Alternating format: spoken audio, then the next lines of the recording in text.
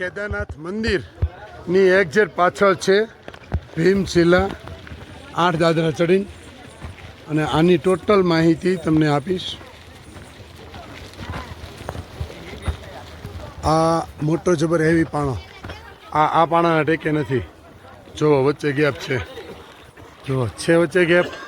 આ પાણાના ટેકે નથી. આ જે પાણો છે 8 ફૂટ ઊંચો, 15 ફૂટ પહોળો અને જાડાઈ લગભગ હશે 6-7 ફૂટ. એ આખો પાણો હવે આ લોકોએ જે ઓલું મારી દીધું છે મહાદેવ, આ લોકોએ બંધ કરી દીધું છે. પણ તમને કોઈ દેખાડી શકતું. જો આ પાણાની જગ્યાએ 2 પાણા એવા હતા જ્યાં એ મેકેલું હતું. એ મેકેલું નહોતું, એકચ્યુઅલમાં એ જ હતું. બાકી પાણો આ પાણાના ટેકે નથી. તમે જોઈ શકો છો આ આવડો મોટો પાણો છે તો તમને એમ થાય કે આ પાણાના ટેકે છે, પણ ના. જુઓ અહીંયા ગેપ છે, જગ્યા છે, એની જગ્યા એમનેમ જ છે. આ પાણો એને નથી આડ્યો, બરાબર. આના પણ ટેકે નથી. જુઓ આ ખાલી ધૂળ ભરાઈ ગયેલી છે, આના ટેકે નથી.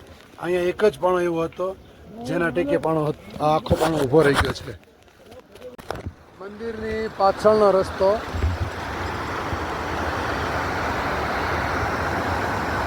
મોદી ગુફા આમ આવી.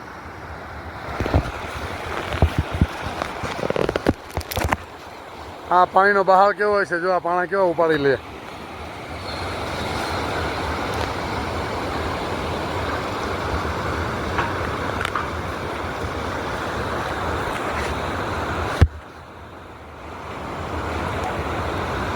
એક નદી મંદિરની આ બાજુ, બંને નદી બે સાઈડમાં, અને પાકા રોડ કરી નાખ્યા આ બાજુના.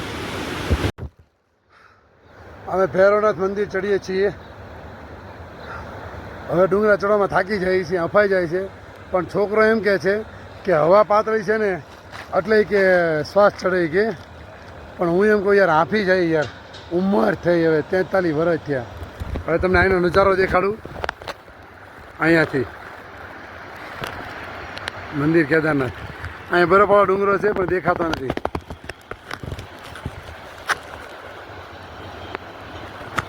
આ રોડ ચડવાનો, રોડ ઉતરવાનો.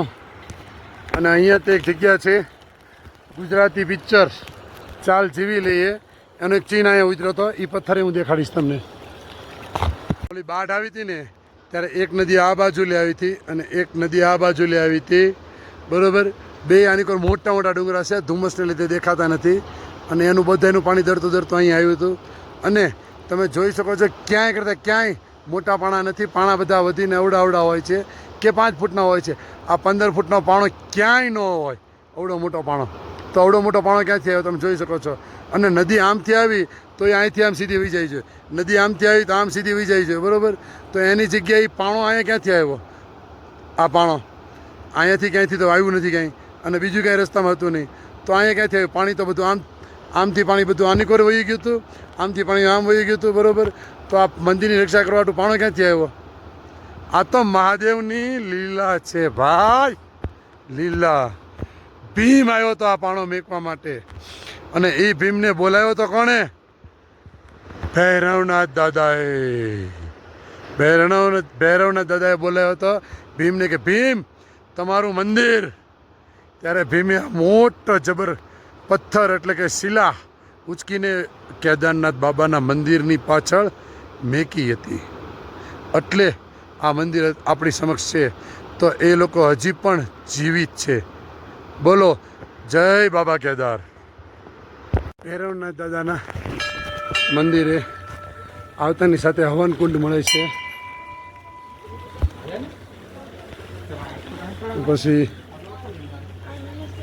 બીજા 5 પગથિયા પછી ભૈરવનાથ દાદા આવે છે. જય ભૈરવનાથ દાદા.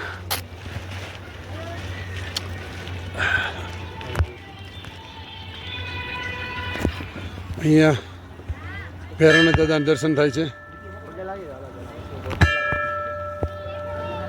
અને કહેવાય છે કે આ ભૈરવનાથ દાદા જ બાબા કેદારનાથના રક્ષા કરે છે, મંદિરની રક્ષા કરે છે.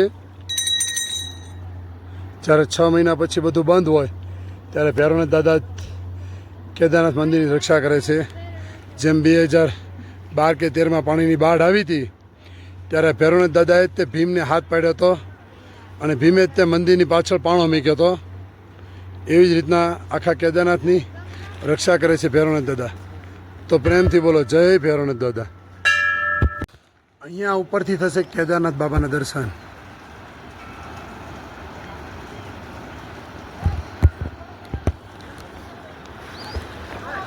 જય ભૈરવનાથ દાદા. જેમ અમારા કેદારનાથ બાબાની રક્ષા કરો એમ અમારી બધાની રક્ષા કરજો અને ફરીવાર અમને વારંવાર બોલાવતા રહેજો દર્શન કરવા માટે. જય ભૈરવનાથ દાદા. ગેલો હર હર મહાદેવ મિત્રો.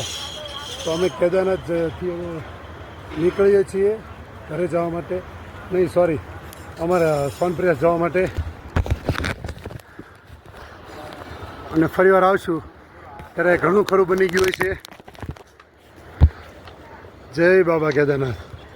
ઉપરનો ડુંગરાનો નજારો પણ અત્યારે ખુલ્લો જ છે. આખો ડુંગરો દેખાય છે, થોડા ઘણા જ વાદળા છે. જય કેદારનાથ બાબા. જય કેદારનાથ બાબા. અમને જેટલું બને એટલું જલ્દી દર્શન કરવા પાછા બોલાવજો. મહારાજ મહાદેવ. જય કેદારનાથ બાબા. અમે લોકો અત્યારે 6:05 ઓછી છે. અમે લોકો અહીંયાથી નીકળી ગયા છીએ કેદારનાથ મંદિરેથી હાલતા હાલતા, અને નીચે 3 કલાકની અંદર પહોંચી જવાની ગણતરી છે. તો જોઈએ ચાલો કેટલા વાગે ક્યાં પહોંચીએ, મળીએ.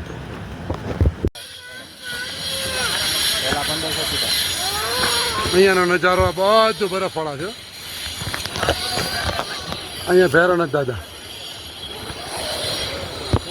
આ મંદિર મહાદેવનું એક મંદિર છે. એમાં તમે સાચા દિલથી જો પગે લાગો અને ભલે મનમાં બોલો હર હર મહાદેવ, તો અંદરથી પાણીના પરપોટા નીકળશે. પણ સાચા દિલથી પગે લાગો તો જ તે. અને કેદારનાથ જવાના રસ્તામાં દાવે શરૂ થયા ભેગું આવી જાય, વળાંકમાં જ છે. પણ તમારે સાચા દિલથી પગે લાગવું જો પડે હર હર મહાદેવ, તો પાણીની અંદરથી બુડબુડિયા નીકળશે. ચોમાસમાં અમારા ગ્રેવિતભાઈ બરફ પકડવા જાય છે. બરફ લેવા જાય, બરફ પાર્સલ લેવા જાય ભાવનગર ખાતે. ભાવનગર લઈ જવાનો છે બરફ. બધી બાજુ તમે વાતાવરણ જોવો. આ જો જાદુ બની ગયા, જાદુગર. ધુમ્મસ બધી બાજુ. નીચે જાય છે એટલે ક્યાં પોઈજો શરીક જ બાકી છે. ઝૂમ કરતો રહેજે કે એવું ન થાય ફોનમાં. બધું થાય. અડાઈ જાય.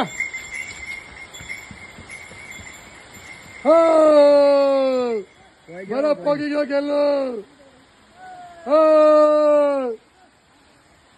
હાલો પાછા આવી જાઓ. હજી ઉપર જાઓ.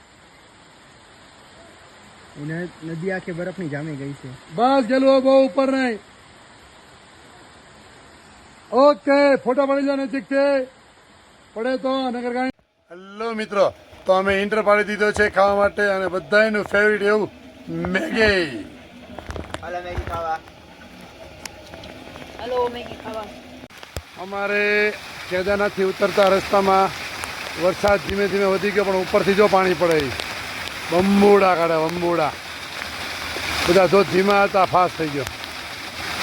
હેલો મિત્રો, તો અમે કેદારનાથથી તો રાતે જ ઉતરી ગયા હતા, લગભગ કેટલા વાગ્યા હતા 1:30 જેવું, અને અત્યારે 7:30 થઈ ગયા. અમે એક અહીંયા રૂમ રાખી હતી રાત્રે, તો એ રૂમમાંથી નીકળી ગયા અને હોટલ પુરોહિતમાં, ગૌરીકુંડમાં હોટલ પુરોહિતમાં રહ્યા હતા. રાત રોકાણ હતા. 500 રૂપિયા રૂમ ભાડું હતું. અને હવે અહીંથી નીકળીને અમે લોકો હવે જઈએ છીએ ઓલા જે સુમોમાંથી ઓલા પણ અમારા હોટલે.